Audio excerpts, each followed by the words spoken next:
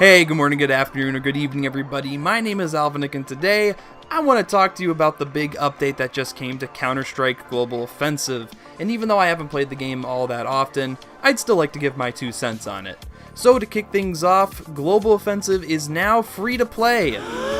Great. Thanks, Valve. I'm really happy you did that, screwing over all of us who paid for your game once again. If you get Counter-Strike free to play, you don't get the exact benefits that you do if you had paid for it. If you did or do pay, you get CSGO Prime, which means you are matched with other players who also have Prime status, and Prime users are eligible for Prime exclusive souvenir items, item drops, and weapon cases. Now, the only effect this has on me is that I am going to be paired up with other people that have Prime status. Honestly, I could care less about the weapon skins. I mean, skins are cool and all, but they're cosmetic. They don't make a difference besides feeling cool.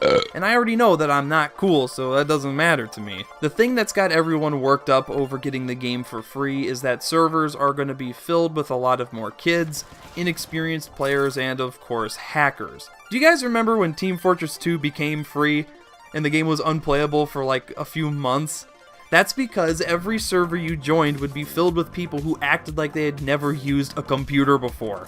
It did nothing but tear apart the community for a while and made it much more easier for children and cheaters to ruin your good time. And don't get me wrong, free-to-plays had their moments as well. I mean, the amount of times I saw someone play Spy for the first time, not knowing that disguising was a thing, and decloaking in front of a level 3 sentry. That kind of shit happened all the time, and it was hilarious. But at the same time, there'd be a spy on your team doing the exact same thing. And you're thinking, holy cajoli, what did I do to deserve this? And I guarantee you the exact same thing is going to be happening in CSGO from this point on. The difference between TF2 and Counter-Strike is that Counter-Strike's community is a lot more hardcore than the TF2 community, I'd say. Team Fortress 2 has always had a much bigger casual side to it than they do a competitive.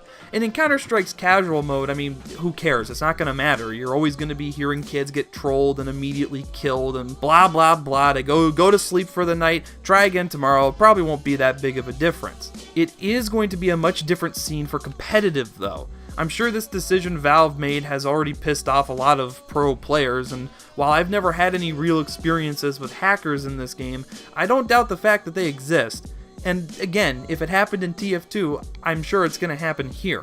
It'll be interesting to see how this plays out in the future, but truth be told, I don't have much hopes for it. The other huge thing I want to talk about is the new game mode that they introduced called Danger Zone. My first and only question about this is, why?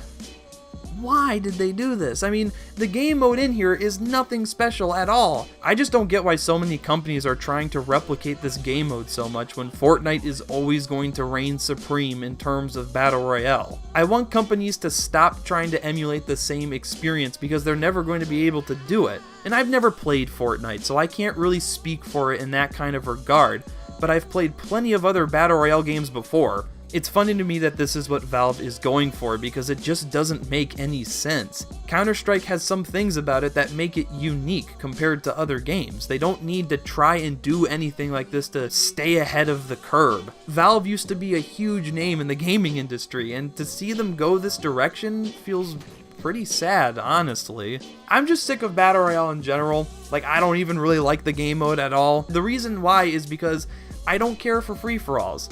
I've always liked playing on teams with people. I feel a lot more comfortable with myself. You know, when I'm in these situations during free-for-alls, I get nervous and then I choke under the pressure and then make a complete jackass out of myself.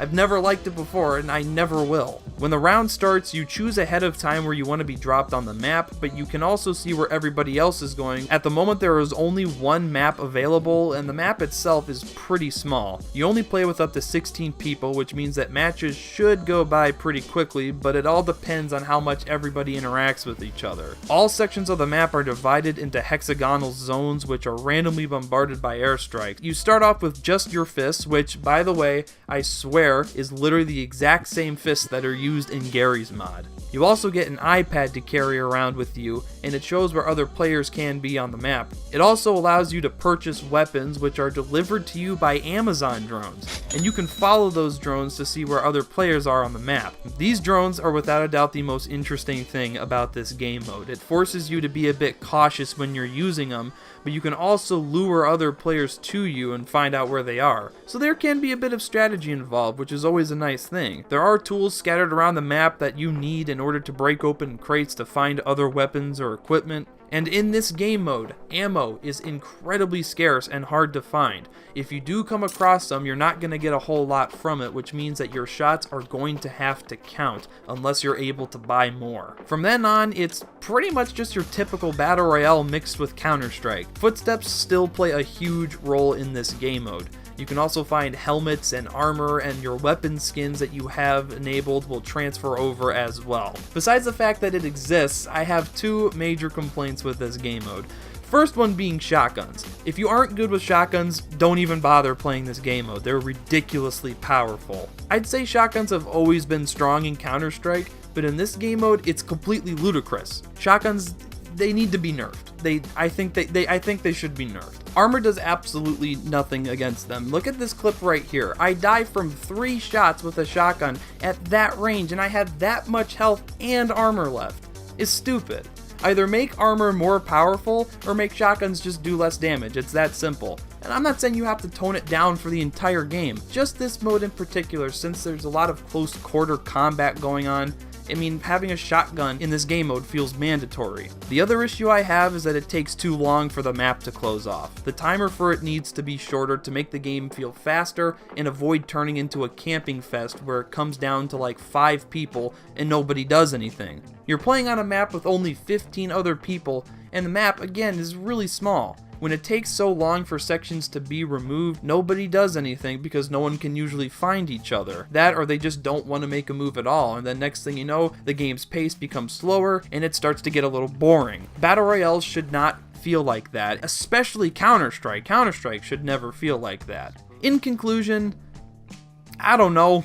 The whole update just feels kind of lazy. I mean, there are so many other things that Valve needs to be doing to make this game a better experience. And adding a lame game mode and more skins doesn't do anything significant. The Valve anti-cheat software needs to be improved, including the hit detection. Then there's your typical bug fixes. But what I think needs the biggest attention right now is the game's optimization. It has taken a huge turn for the worst recently. The game runs so poorly now that at times it's straight up unplayable. Right now I can only hope that in a later update they'll actually be able to improve on these things, but it's Valve. I highly doubt they're going to do that. The Source engine has been kind of broken with some of its design and mechanic choices for such a long time. And yeah, that's pretty much all I really have to say about this game mode. I mean, for right now, it's kind of more of a first impression sort of ordeal. I haven't really spent too much time with it, but I think my mind has pretty much been made up already for the few hours that I've had on it. Thank you guys so much for watching the video if you were able to actually make it all the way to the end. It really means a lot. And the typical subscribe, comment, like video, ring the bell, all that bullshit. I'll see you guys next time.